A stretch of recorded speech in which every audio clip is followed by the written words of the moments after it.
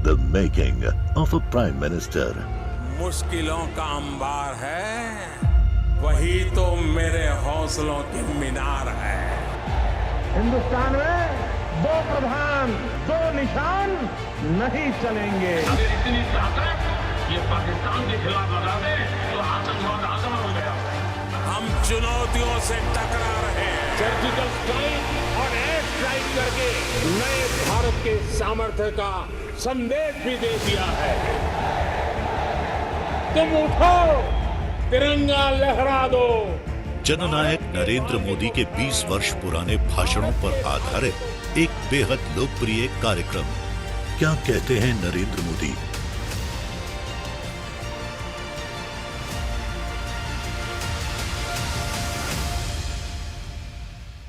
नमस्कार, मैं हूं आपके साथ शिखा ठाकुर। हमारे खास प्रोग्राम क्या कहते हैं नरेंद्र मोदी में आज आपको सुनवाएंगे पीएम मोदी का वो ऐतिहासिक भाषण जो उन्होंने 14 अप्रैल 2011 को गुजरात के गांधीनगर में दिया। मोदी जी ने अपने भाषण में कहा कि आज भूकंप की जब चर्चा होती है तो स्वाभाविक रूप से दुनिया के सभी क्षेत्रों में गुजरात की चर्चा प्रमुख रूप से होती है, क्योंकि गुजरात पहला ऐसा राज्य बना जो 2001 की भयानक आपदा के बाद 3 साल के भीतर बाहर आया, और ये अपने आप में एक यूनिक घटना है। मतलब आज भूकंप के पुनर्वसन की जब चर्चा होती है तो स्वाभाविक रूप से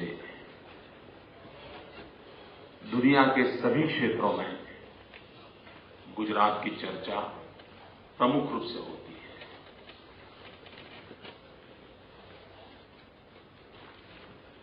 फाइनेंशियल वर्ल्ड और एकेडमिक वर्ल्ड ने यह माना हुआ है कि कहीं पर भी ऐसे नेचुरल कैलेमिटीज होती है, भयानक हादसे होते हैं, तो समृद्ध देशों को भी उन स्थितियों से बाहर आने में कम से कम 7 साल लगे हैं, 7 years। और ये पिछले 50 साल का आकलन है।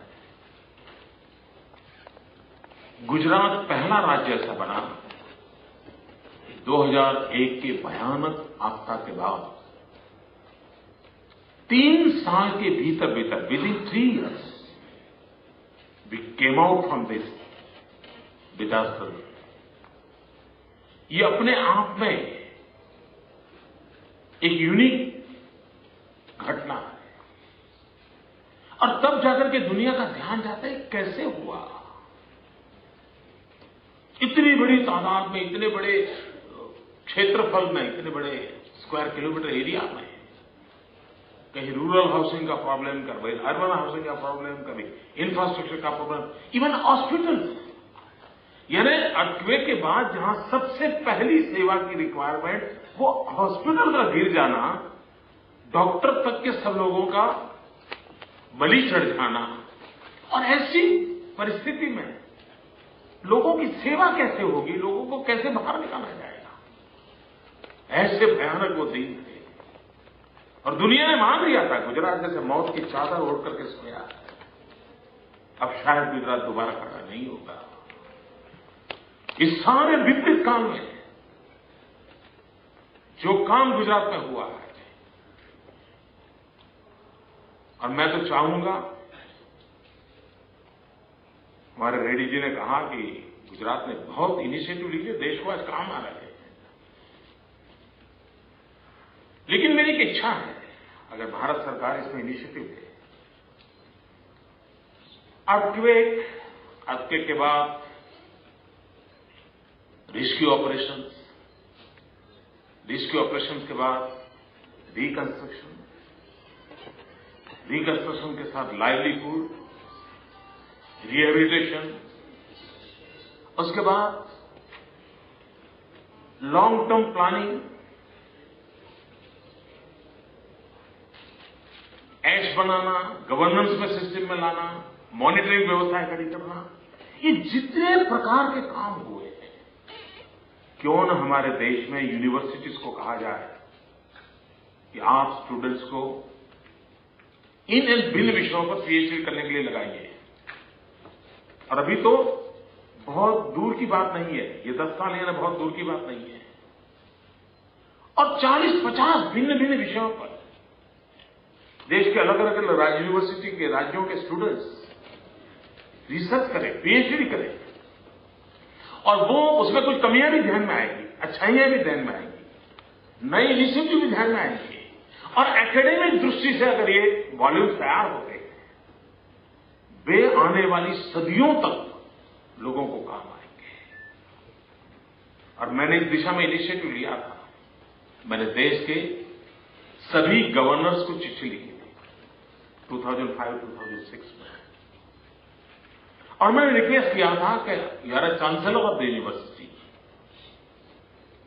आप अपनी यूनिवर्सिटी के 2 स्टूडेंट्स को रिसर्च के लिए गुजरात भेजिए। 2 साल तक जब तक वो रिसर्च करेंगे, उनका रहने खाने का सारा प्रबंध हम करेंगे। और ये यूथ को सेंसिटाइज भी करने का अवसर भी मिलेगा। एट द सेम टाइम हमारा कितना ही अच्छा हुआ होगा, फिर भी उसमें से भी सीखने के लिए बहुत संभावनाएं पड़ी रहती है जो दुनिया को काम आएगी। लेकिन हमारे देश की कुछ कमियां ऐसी हैं कि हम बहुत सी चीजें इन एडवांस में कर नहीं पाते हैं, और अभी तक वो काम मैं कर नहीं पाया हूं। मैं अभी भी चाहता हूं नौजवान आगे आए। मुझे 2 साल पहले यूएस की एक यूनिवर्सिटी के 2 बच्चे मिलने आए थे। वे मोरबी के मक्सू डैम की होनारत पर पीएचडी कर रहे थे। यानी आज उसको 30 साल हो गए, 40 साल हो गए, अब वो उस पर कर रहे थे। मैंने कहा भाई ये इमीडिएट है, तुम ये करते तो तुम्हें इतना मटेरियल मिल जाता, रेडीली अवेलेबल सारे रिसोर्स थे। तो जब हम ये एक्सपीरियंस शेयर के लिए एक सेमिनार कर रहे हैं, हम आगे के लिए कुछ सोच सकते हैं क्या? जैसे रेड्डी जी ने आज एक अर्बन फ्लड की चिंता जताते हुए क्या किया, व्हाट डूज एंड डोंट्स के संबंध में कुछ गाइडलाइंस दी है।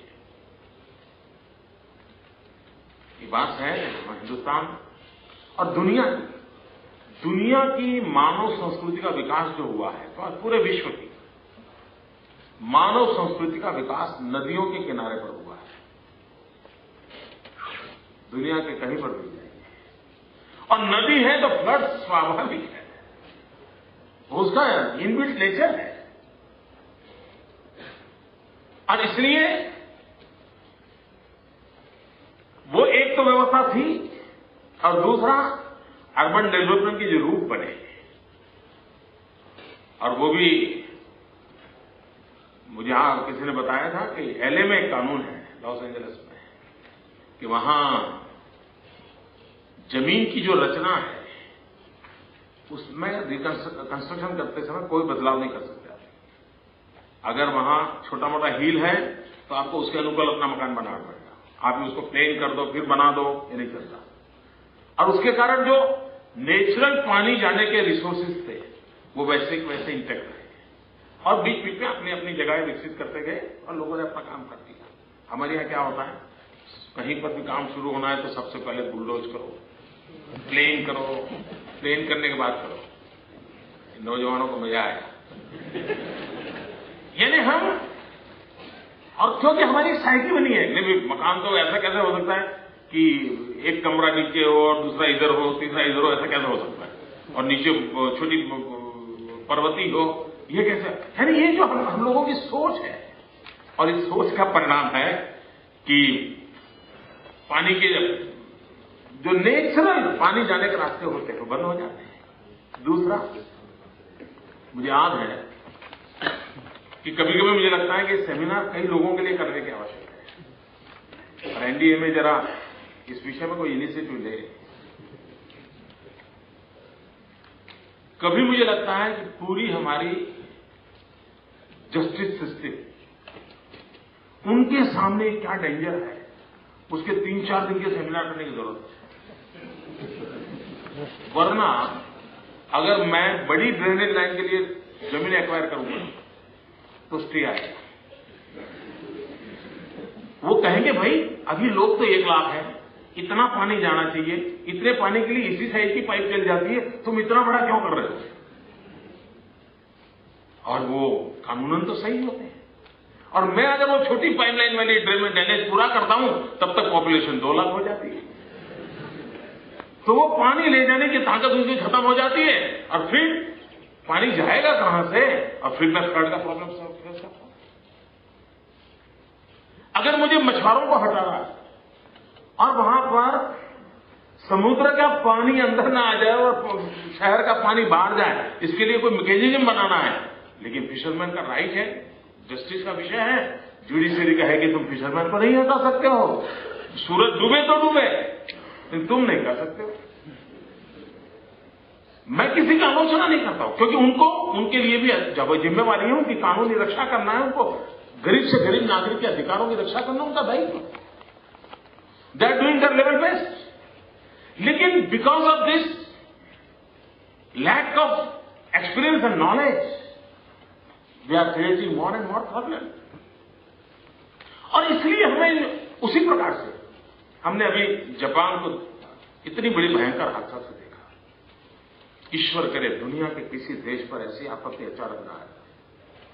एक साथ 3 प्रकार की समस्या, earthquake, tsunami, atomic,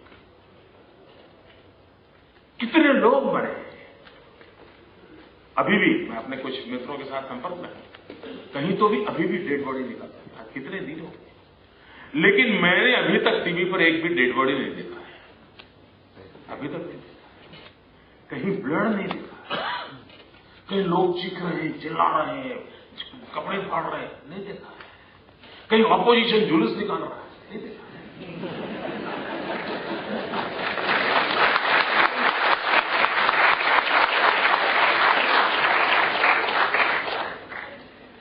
state government, central government झगड़ा नहीं कर रही, सब मिलकर के ये आपत्ति है। उस समय हमारा व्यवहार क्या होगा, हम किस भाषा में बोलेंगे,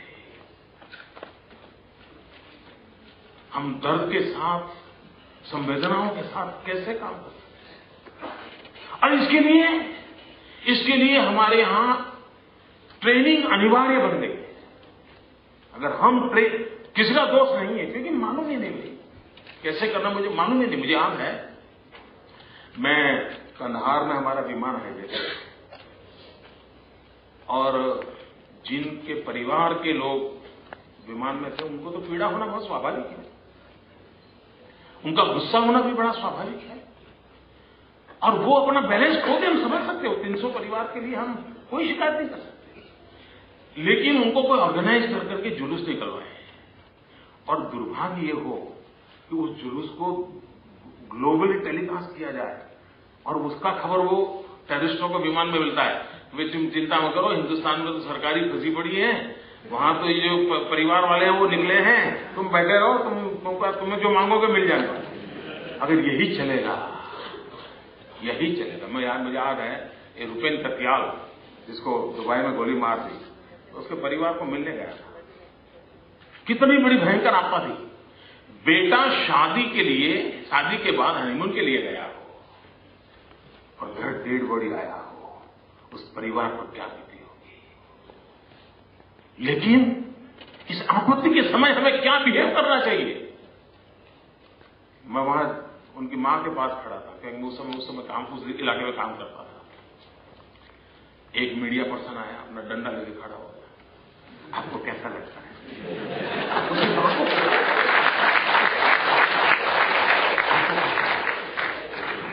और जब मैं मिस्टर मुर्डॉक को मिला, मैंने कहा मुझे मेरे दर्द आपसे शेयर करना है।